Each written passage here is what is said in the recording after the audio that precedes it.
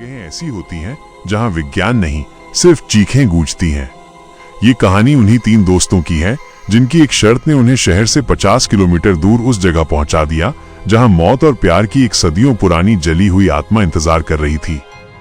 ये कहानी है तीन दोस्तों की, आर्यन जो तर्क और विज्ञान में विश्वास रखता था, नेहा जो हमेशा डरावनी चीजों से दूर भागती थी, और करण जो समूह में सबसे ज्यादा साहसी और जिद्दी था।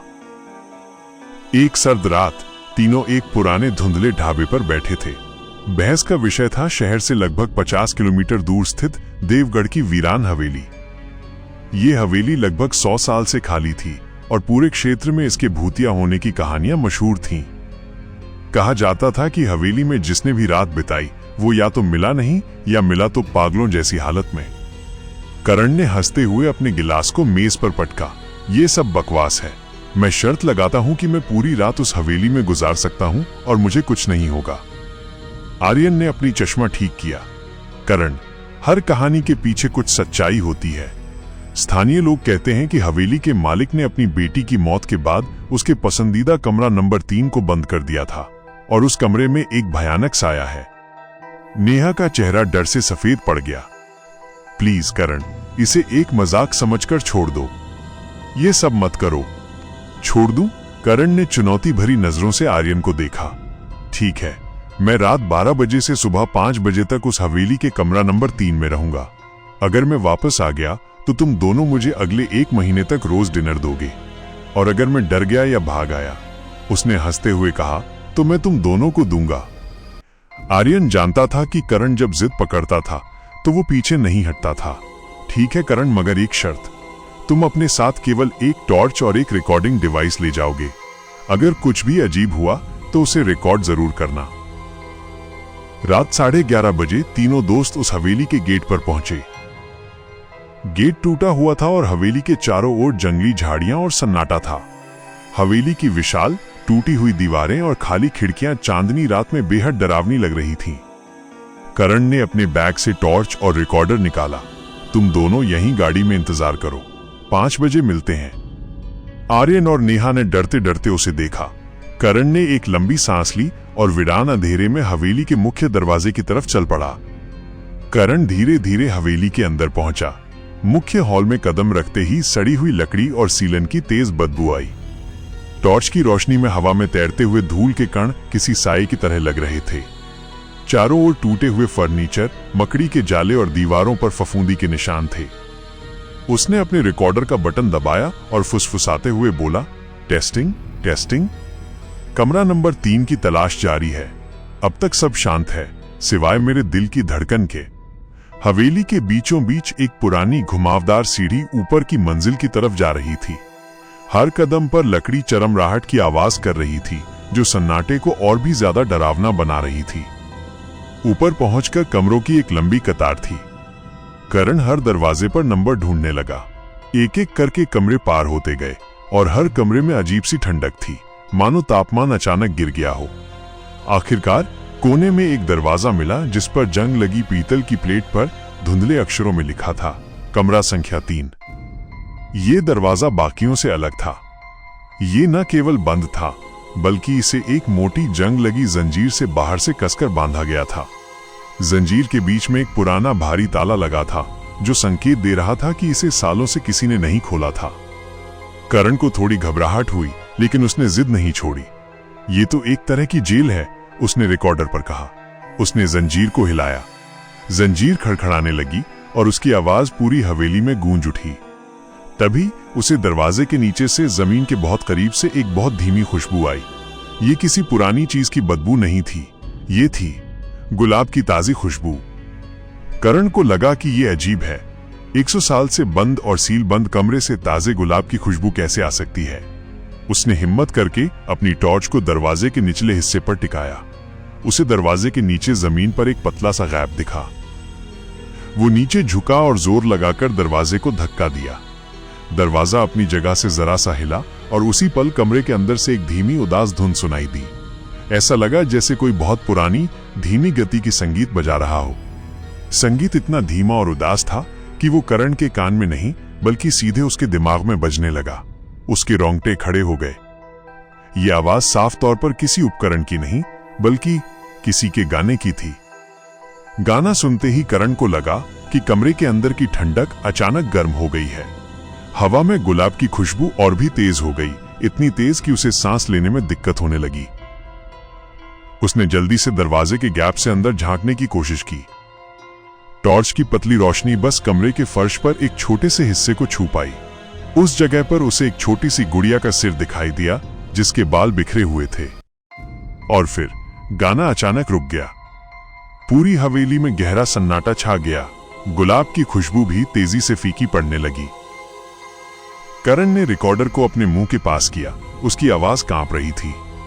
शायद मैं कुछ सुन रहा था, यह असली नहीं था। तभी कमरे के अंदर से एक आवाज आई। ये आवाज फुसफुसाहट थी, लेकिन इतनी नजदीक थी मानो कोई उसके कान के पास ही हो। तुम यहां क्या कर रहे हो राजू? उसके हाथ से रिकॉर्डर छूटकर जमीन पर गिर गया। जमीन पर गिरे रिकॉर्डर में अब केवल करण की तेज सांसों की आवाज आ रही थी। वो डर से जम गया था। उसका नाम करण था, राजू नहीं। उसने जल्दी से टॉर्च उठाई और दरवाजे के गैप की तरफ फिर से रोशनी डाली। गुलाब की खुशबू और भी तेज हो गई, मानो कोई अदृश्य चीज उसके बहुत करीब खड़ी हो। इस बार टॉर्च की रोशनी में उसने फर्श पर एक धुंधली पारदर्शी परछाई को हिलते हुए देखा। ये किसी इंसान की परछाई थी, लेकिन ये खड़ी नहीं थी। ये फर्श पर घिसट रही थी, जैसे किसी को जबरदस्ती खींचकर लाया जा रहा हो। परछाई का आकार एक छोटी लड़की जैसा था। डर के मारे करण का गला सूख गया। तभी परछाई हिलना बंद हो गई। कमरे के अंदर की आवाज फिर से आई। इस बार वो उदास फुसफुसाहट नहीं बल्कि एक धीमी डरावनी हंसी थी। ये हंसी ऐसी थी जैसे कोई बच्चा रोते रोते अचानक हंसने लगे। राजू ने मुझे बंद कर दिया था, मैं बाहर नहीं आ सकती। करण को लगा कि कमरे के अंदर की जंजीर जोर से हिलने लगी है। जंजीर की आवाज ऐसी थी मानो कोई बेड़ियों में जकड़ा हुआ जोर लगा रहा हो। वो जंजीर का ताला खोलने की कोशिश कर रहा था। करण घबरा गया। वो नहीं चाहता था कि जो कुछ भी अंदर है वो बाहर आए। वो तुरंत पीछे हटा और भागने ही वाला था कि उसकी नजर दरवाजे पर पड़ी जंग लगी पीतल की नेम प्लेट पर गई। उसने हिम्मत करके टॉर्च की रोशनी उस पर टिकाई। नंबर के नीचे बहुत छोटे अक्षरों में धूल की एक परत के नीचे कुछ और लिखा था। उसने अपनी उंगलियों से धूल हटाई और पढ़ा, प्रिय बेटी रानी का कक्ष। राजू नहीं, रानी। करण को एक भयानक सच समझ में आया। हवेली के मालिक की बेटी का नाम रानी था और वो उसी कमरे में रहती थी। लेकिन राजू कौन था और क्यों साया उसे राजू बुला रहा था? जैसे ही ये सवाल उसके दिमाग में आया, हवेली का माहौल पूरी तरह से बदल गया। हवेली की ऊपरी मंजिल पर अचानक हवा का एक तेज झोंका आया, जिससे आसपास के दरवाजे धड़ाम धड़ाम की आवाज के साथ बंद होने लगे। कमरा नंबर 3 के दरवाजे पर जंजीर अब और भी तेज हिलने लगी। और इस बार आवाज फुसफुसाहट नहीं थी। ये एक चीख थी जो दर्द, गुस्से और बदले से भरी थी। राजू, तुम भाग नहीं सकते। तुमने मुझे जलाया, अब तुम्हारी बारी है। इस चीख के साथ ही हवेली के अंदर का तापमान असहनीय रूप से ठंडा हो गया। ठंड इतनी ज्यादा थी कि करण को लगा जैसे उसकी हड्डियां जम जाएंगी। करण अब वहां एक पल भी रुकना नहीं चाहता था। वो सीढ़ियों की तरफ भागा, लेकिन जैसे ही उसने पहला कदम रखा, उसने महसूस किया कि उसका पैर जमीन से चिपक गया है। वो अपने पैर को हिला नहीं पा रहा था। उसने नीचे देखा। फर्श पर कुछ भी नहीं था, लेकिन उसे ऐसा महसूस हो रहा था जैसे किसी ने उसके टखने को बहुत कसकर पकड़ रखा हो। कमरे नंबर 3 के दरवाजे पर जंजीर एक जोरदार झटके के साथ टूटने की आवाज आई। जंजीर टूटने की भयानक आवाज ने करण के दिल को धड़का दिया। उसके पैर को जमीन से पकड़ने वाली अदृश्य पकड़ कसती जा रही थी। छोड़ो मुझे, वो चिल्लाया और अपने पैर को छुड़ाने के लिए संघर्ष करने लगा। लेकिन जैसे ही उसने अपनी आंखें ऊपर उठाईं, उसने देखा कि कमरा नंबर 3 का दरवाजा धीरे धीरे अंदर की तरफ खुल रहा है। दरवाजे के खुलने की आवाज ऐसी थी जैसे कोई सदियों से बंद कब्र का ढक्कन हटा रहा हो। अंदर का अंधेरा इतना घना था कि टॉर्च की रोशनी भी उसमें समा जा रही थी। लेकिन अंधेरे के बीच दरवाजे के ठीक पीछे उसे एक चीज साफ दिखी। दीवार पर काले जले हुए निशान। वे निशान किसी आग या विस्फोट के कारण नहीं थे। वे ऐसे दिख रहे थे जैसे किसी इंसान को दीवार से दबाकर जलाया गया हो। और उस अंधेरे से एक बार फिर वही धीमी संगीत जैसी धुन सुनाई दी, लेकिन इस बार धुन काफी नजदीक थी। तुम रानी नहीं हो, करण हांफते हुए बोला। तुम मुझे राजू क्यों बुला रही हो? जैसे ही करण ने राजू शब्द बोला, हवेली में एक जोरदार गड़गड़ाहट हुई। ये बिजली कड़कने की आवाज नहीं थी, बल्कि हवेली की नींव के हिलने की आवाज थी। दरवाजे के अंदर से अब दो लाल चमकती आंखें दिखाई दी। ये आंखें किसी बच्चे के स्तर पर नहीं थीं, ये काफी ऊंचाई पर थीं, लगभग एक वयस्क पुरुष की ऊंचाई पर। करण को लगा जैसे उसके सिर पर किसी ने जोर से वार किया हो। वो जमीन पर गिर पड़ा और उसकी टॉर्च कोने में लुढ़क गई। अब कमरा नंबर 3 के अंधेरे के सामने केवल एक धुंधली चांदनी की रोशनी थी। तभी हवेली के बाहर से आवाज आई। ये आर्यन की आवाज थी। करण, क्या तुम ठीक हो? कोई आवाज नहीं आ रही। जवाब दो। आर्यन और नेहा ने इंतजार नहीं किया। वे जानते थे कि कुछ बहुत गलत हो गया है। आर्यन ने एक पुरानी लोहे की रॉड ली और जोर से दरवाजा खोलकर अंदर घुस गया। अंदर आकर आर्यन ने चिल्लाया, करण, कहां हो? करण जमीन पर पड़ा था, लेकिन वो उठ नहीं पाया। वो केवल अपनी उंगली से कमरा नंबर 3 की तरफ इशारा कर रहा था।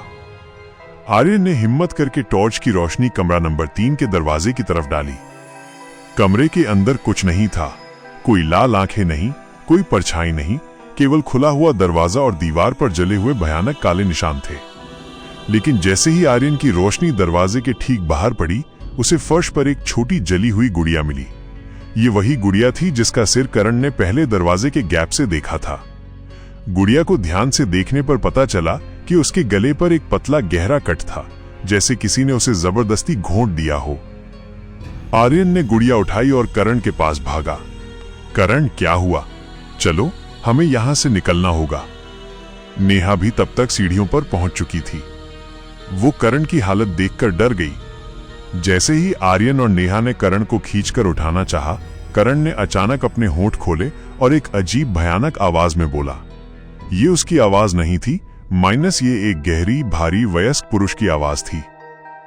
राजू नहीं, मेरा नाम किशन था और मैं रानी को प्यार करता था। आर्यन और नेहा डर के मारे पीछे हट गए। करण की आंखों में लाल रंग की एक हल्की चमक थी। वो तेजी से हंसा, माइनस ये वही भयानक हंसी थी जो थोड़ी देर पहले कमरे के अंदर से आई थी। सेठ ने रानी को मार डाला और मुझे जला दिया। अब मैं आजाद हूं, मैं तुम्हें कभी नहीं जाने दूंगा। करण की इस भयानक हंसी को सुनकर आर्यन को हवेली की कहानी का आखिरी टुकड़ा समझ में आया। हवेली के मालिक ने सिर्फ अपनी बेटी रानी को ही नहीं मारा था, बल्कि उसने रानी के प्रेमी किशन को भी जला दिया था, जो शायद कमरा नंबर 3 के बाहर छिपा हुआ था। और अब किशन की आत्मा करण के शरीर में घुस चुकी थी। करण की आवाज अब किशन की थी, गहरी, कठोर और बदले की भावना से भरी। उसके शरीर में एक अमानवीय शक्ति आ गई थी। उसने अपने टखने पर पड़ी अदृश्य पकड़ को झटका देकर तोड़ा और तेजी से उठ खड़ा हुआ। उसकी आंखें अब पूरी तरह से लाल थीं। उसने अपने सामने खड़े आर्यन और नेहा को देखा। तुम सब मेरे ही शिकार हो, किशन गुर्राया। तुमने मेरी शांति भंग की। मैंने सोचा था कि मैं अकेला हूं, पर अब तुम मेरे साथ रहोगे, कमरा नंबर 3 में। नेहा डर के मारे चीखने लगी और भागने की कोशिश की, लेकिन करण ने बिजली की तेजी से उसका हाथ पकड़ा। उसका स्पर्श बर्फ जैसा ठंडा था और पकड़ लोहे जैसी मजबूत। आर्यन हालांकि डर चुका था, लेकिन उसने अपनी सूझबूझ नहीं खोई। उसकी नजर जमीन पर गिरे रिकॉर्डर पर पड़ी। उसे याद आया कि करण ने एक बार बताया था कि रिकॉर्डर में आवाज को साफ करने का एक पुराना फीचर है जो कुछ खास आवृत्तियों को दबा सकता है। किशन, आर्यन चिल्लाया, तुम्हें रानी के पास जाना चाहिए। कमरा नंबर 3 तुम्हारा इंतजार कर रहा है। तुम क्यों भाग रहे हो? किशन एक पल के लिए रुक गया। उसका ध्यान भंग हुआ। इसी मौके का फायदा उठाकर आर्यन ने रिकॉर्डर को उठाया, उसे तेजी से ऑन किया और आवाज की पिच को सबसे ऊंचा कर दिया, जिससे एक तेज और तीखी सायरन जैसी ध्वनि निकली। आवाज इतनी तीखी थी कि इंसानी कान भी मुश्किल से झेल पा रहे थे। किशन अपने कानों पर हाथ रखकर जोर से चिल्लाया। ऐसा लगा जैसे ये ध्वनि उसके शरीर के अंदर मौजूद ऊर्जा को विचलित कर रही हो। बंद करो, इसे बंद करो। किशन की आवाज दर्द में थी। आर्यन ने रिकॉर्डर को सीधे करण के चेहरे की तरफ कर दिया। जैसे जैसे आवाज तेज होती गई, करण का शरीर कांपने लगा। उसकी लाल आंखें तेजी से झपकीं और फिर एक जोरदार झटके के साथ किशन की आत्मा करण के शरीर से निकलकर हवेली की छत की तरफ एक धुएं के गुबार की तरह तेजी से उड़ गई। धुएं का गुबार सीधे कमरा नंबर 3 के खुले दरवाजे के अंदर घुसा और दरवाजा धड़ाम की आवाज के साथ बंद हो गया। करण जमीन पर बेजान होकर गिर पड़ा। आर्यन और नेहा जल्दी से करण के पास पहुंचे। करण बेहोश था, लेकिन उसकी सांसें चल रही थीं। चलो जल्दी, आर्यन ने नेहा को खींचा। उन्होंने बिना किसी देरी के करण को उठाया और सीढ़ियों से नीचे भागना शुरू कर दिया। वे जैसे ही मुख्य हॉल से गुजर रहे थे, उन्हें कमरा नंबर 3 की तरफ से एक बार फिर बहुत धीमी उदास संगीत की धुन सुनाई दी, जैसे रानी ने किशन का स्वागत किया हो। हवेली से बाहर निकलकर उन्होंने करण को गाड़ी में लिटाया और तेजी से शहर की ओर भागे। अगली सुबह अस्पताल के बिस्तर पर करण उठा। उसे पिछली रात का कुछ भी याद नहीं था, सिवाय एक भयानक ठंडक और गुलाब की तेज खुशबू के। आर्यन ने उसे रिकॉर्डर दिया। उसमें केवल एक ही चीज रिकॉर्ड हुई थी, करण की धीमी आवाज जिसने कहा था, तुम यहां क्या कर रहे हो राजू, और अंत में आर्यन द्वारा बजाई गई तीखी सायरन ध्वनि।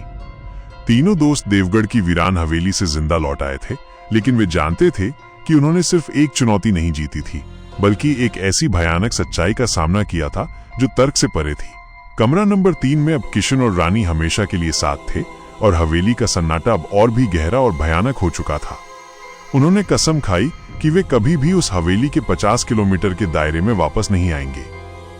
अगर आप नहीं चाहते कि अगली रहस्यमयी कहानी या सच्ची घटना आपसे मिस हो जाए, तो नीचे दिए सब्सक्राइब बटन को अभी दबाएं और बेल आइकॉन को भी ऑन कर लें।